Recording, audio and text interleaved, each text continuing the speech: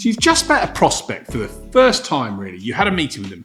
And they ask you that great question that means you think your lights can light up that says, tell me a bit more about you and your company, James. What is it you do? This is a trap. It's a sales trap. Watch this video to make sure that you don't fall into the trap and get eaten alive by the buyer. My name's James White. I'm a small business sales expert, a man that loves helping sales professionals and business owners everywhere get sales results. What should you say when a buyer or potential lead says to you, what is it that you and your company do? Let's have a look at the video. So you managed to get some first meeting with a potential buyer and you're having some interesting conversations and you're discussing some stuff and challenges for them, but it's only maybe 3 or 4 minutes into the discussion. And then they ask you this question.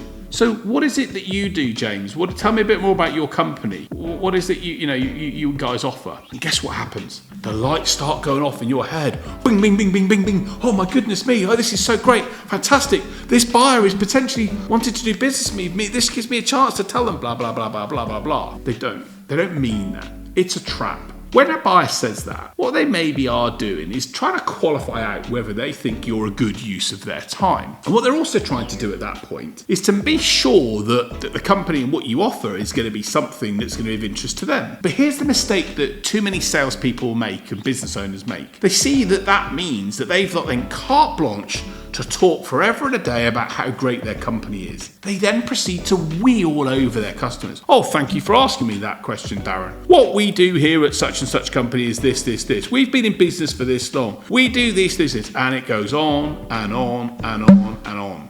And guess what? It was a trap in the first place. Your potential buyer wasn't interested in all that diatribe and the words and the history and everything that's so great about you and your company. They weren't interested in that at all. But there was something they were interested in, but you didn't spot it. You weren't savvy enough. You weren't self-aware enough to be able to identify what the buyer was really thinking. So how can you solve that? What you should say in a situation like that is this. Thanks for asking the question, Darren. There's lots of things I could talk about my company and what we do. I could talk for hours on it, but I don't want to bore you and we've only got a limited time today. What would be the key things that would be most useful for you? What would make this a really good use of your time? What's the key information I could share with you that would be helpful for you? When you ask a question like that back to a buyer or to a potential lead, what you're doing is you're re-qualifying with that person what's really of interest to them. Now they might then say, well, I'm particularly interested to know a bit more about your history or a bit more about your service or X, Y, and Z, whatever issue they want to cover. And what clever salespeople do then, dig in further. Great, I'm really happy to share a bit more information around our history and what we've done. What makes that so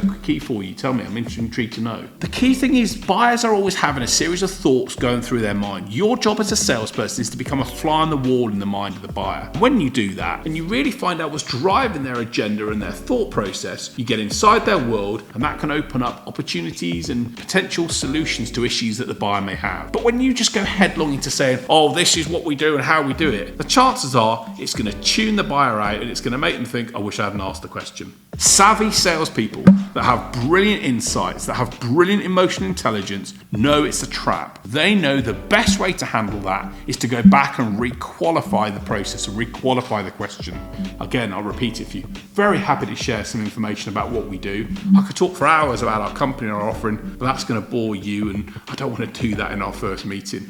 What's the key things you'd like to learn? And I can maybe then look to share that with you. Do that when you then next have that conversation or when a buyer asks you, tell me about your company or tell me about your service. And what it's going to do is it's going to enable you to really find out what's going on inside the buyer's mind. It's going to open up the conversation. It's going to enable them to share what they're really thinking, which deep down is the bits that are stopping you from doing the business with them. So don't fall into the trap. Don't think sales is about you and your company and how many bits of slides and presentations and documents you can share. The reality is there may come a time and place for you to share those, but it probably isn't in that initial conversation. The buyer wants to know something, but maybe they're not telling you up front because that's the buyer's right and prerogative to keep that information close to them. Your job's to find out what they're asking for, what they're really interested in, and you do that by re-qualifying their question back to them. Ask them the question, clarify what they want to know, dig deeper into that area, and if you do that, it's going to enable the buyer to feel that you're really focused on understanding them and their situation rather than you and your company,